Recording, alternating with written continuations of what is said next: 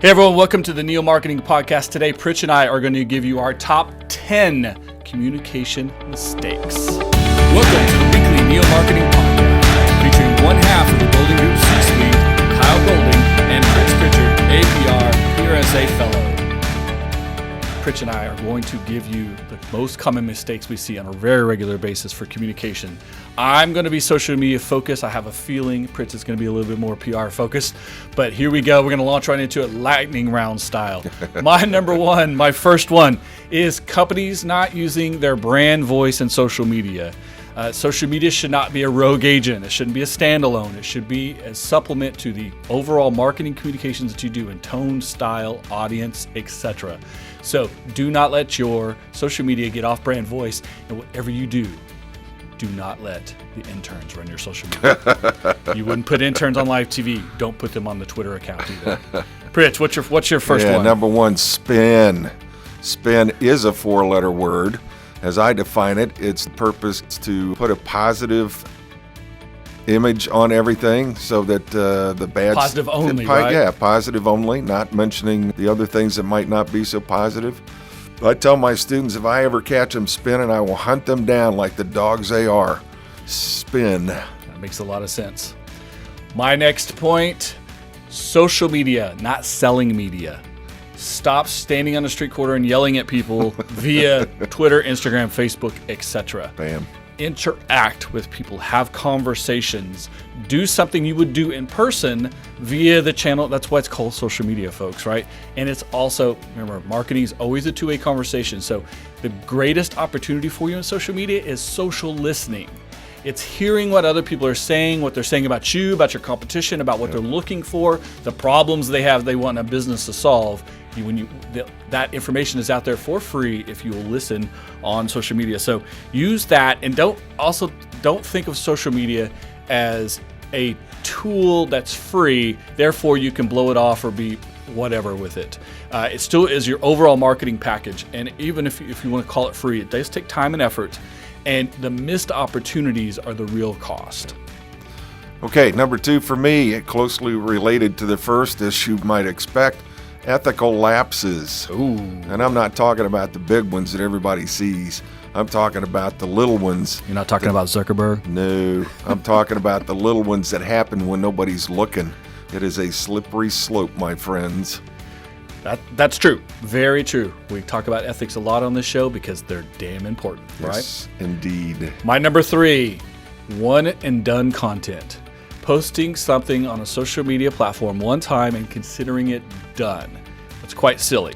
The idea that everyone saw it, everyone's not sitting there at the same time you are on Twitter or on Instagram. And we all know Instagram and Facebook have an algorithm, so they're not even allowing the people who follow you to see it anyways.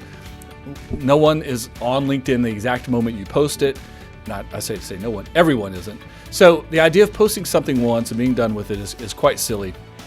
And you're missing the point, again, of social media. Now, again, you can't take and blast the same thing over and over and over every single day, just one message over and over again, because then people won't pay attention. But you can't do it one time, and so there's some balance to that.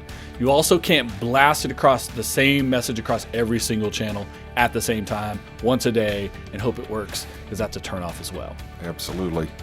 Okay, my number three.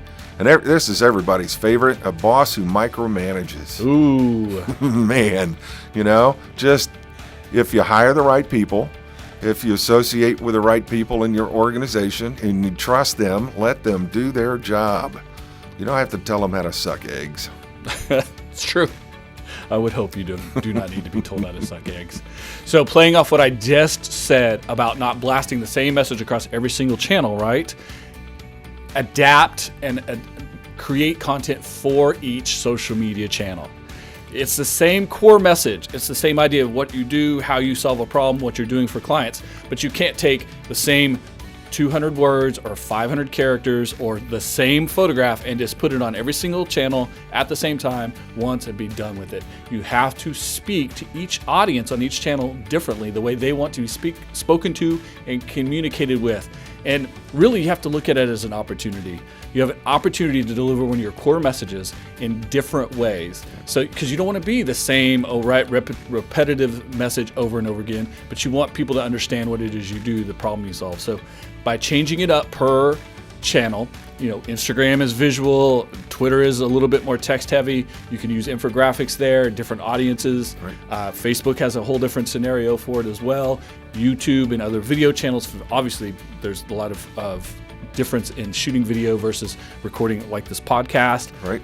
All these things have to be done the same. There's nothing worse than when you hear like a radio commercial and you can tell they just stripped the audio off their TV spot because you can't see what's happening. It doesn't make sense. Right. So don't do the same thing with your podcast. Make sure that your podcast is audio specific and not just stripped out of your video. We do audio and video too, but we make sure that we're doing things specific for each platform. But really create an opportunity for yourself to deliver a very core message in multiple ways. And don't just get lazy and sloppy and blast it across all at the same time, the same way. Adapt to each audience. And you also, when I know other people do it too, because I do this. When I see that same message, I see it on your Facebook page, I see it on your LinkedIn, I see it on Twitter, and by the time I get to Instagram, I'm ready to unfollow you. Absolutely. So if you want to keep some audiences in multiple channels, don't hit them with the same thing all the time every day, because they're going to say, why am I following you on everything? I need to cut 2 or 3 of these out. Right. Then you're going to miss an opportunity. Time. Right? Absolutely. There you go. Absolutely. My last 2 have come to mind because this semester I'm teaching the campaigns class, and we're right smack dab in the middle of our planning for our strategic communications plan for the client. I don't know if this is just a public relations problem. I tend to see it across the board, marketing, advertising, all forms of communication, but it's objectives that aren't. I mean, come on, we have a process we have to go through to get people to become aware, and then they develop an attitude, and then you get them to action. Action's the gold standard, but that's not enough to complete the objective. You got to have measurement in there, you have to have a time frame, and you have to have a specific effect. Awareness, for example, is knowledge and comprehension. So I don't know why it's so hard, but it does seem to be hard for folks to properly construct an objective, and it just drives me crazy. I don't think it's hard. I think people are afraid to commit. They're afraid when they set these parameters, if they can't reach them, that it's a complete failure, which is not the case. No, not at all. I mean, you can get close and still be successful. You don't know where you're going until you tell yourself where you're going. You don't know if you're there if you don't tell yourself where you're going. Maybe people are afraid because they don't do the proper research to begin with, and then you're just guessing on the numbers. So what's the point of doing any of it if you're not going to do it right? Darn right. And It is the capital R in RPI. There you go. My last one. Too many people focusing on still quantity over quality. Yeah. So 2012 of you folks. It's not about how many followers you have, how many clicks, how many likes. Those are fine. Right. Those are minimal KPIs. Right. Obviously, if you have 2 followers, you're never going to affect anything. But if you have 200 million followers that you never interact with, that you never have any further conversation with, that you can't get anywhere near a conversion, that's the key. That's the metric. Conversion. Yep. So then you're a rock and roll star. Exactly. So 2 million followers with 0 conversion, you know what that makes you? 0. I could have 5 followers with 50% conversion, and I'm way ahead of our 0 out of 200 million conversation. So don't focus solely on numbers. They're minimal KPIs. You got to work towards getting more numbers, more attention. More attention creates more interaction. More interaction creates more interest. Interest is how you begin the conversation. That conversation begets conversion. Conversion is the only metrics that really works, because it's the only one you can tie a dollar number to. Because again, we're talking about businesses. Now, if you just want to be the most popular guy or girl in school, go get those numbers up. That's fine. But if you're trying to run a business, if you're trying to create benefit for a nonprofit, if you're trying to make people do something in the world, conversion is them doing it. And that's the whole point of social media. So don't get completely tied up in that top number.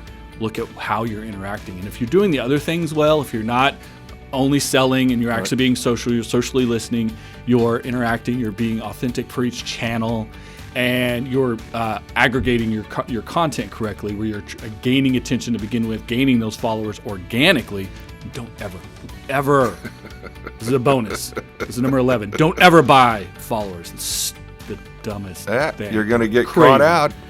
I mean, we've seen bring that, it. right? Hey, I'm telling you right now, if you guys want to fight about that, let's fight about that. Don't ever buy followers. It's dishonest.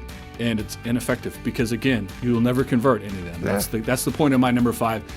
Don't think about the quantity, think about the quality, and work towards conversion. Absolutely.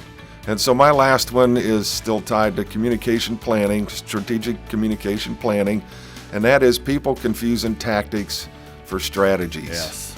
You know, strategy is the broad concept, it's the key, it's the big idea, and it comes from military terms. So, well, you would know that better than anyone. For instance, in the Second World War, particularly in the Pacific, the strategy was amphibious assault landings. That's it. That was the strategy. Now, how did they get there? Well, you got to get the boats there. You got to get people in the boats. You got to get them to the shore. Those are tactics. So many times, and it drives me crazy. So many times I see people going, well, we're going to have a big guerrilla marketing thing, and we're going to have a bouncy house, and we're going to put some guy in a big costume and whatnot. Those are tactics, folks. Yes. That's not the strategy. And a lot of people call themselves strategists. Right. And they're tacticians. Not. They're planners, schedulers, and tacticianers. Yep. And so, folks, think long and hard before you call yourself a strategist. And again, I'll fight with you on this one if you like. If you're scheduling people's social media, you're not a strategist. Yeah. If you're working with them on the big picture of how social media works at everything that they're doing and how it supplements all of their marketing for today, tomorrow, 2 years, 5 years down the road, now we're talking strategy. We're talking strategist. If you're scheduling, planning, and even creating content on the fly just because, you're not a strategist. Oh, those are tactics. We're going to end it with that. Kyle I tried to pick two fights. I tried to pick 2 fights today, folks. But I'm fired up about this. So, A, if you want to fight, jump on in the comments and tell me I'm wrong, because I'm not. Number 2, if you don't want to fight, but you'd like some more information or you want some more thought on it, make a comment about the things you see people make mistakes, or maybe mistakes you make, and how to do them better. And we'll try to address those in future episodes of the Neo Marketing Podcast. Absolutely. Until then, good luck. Ciao.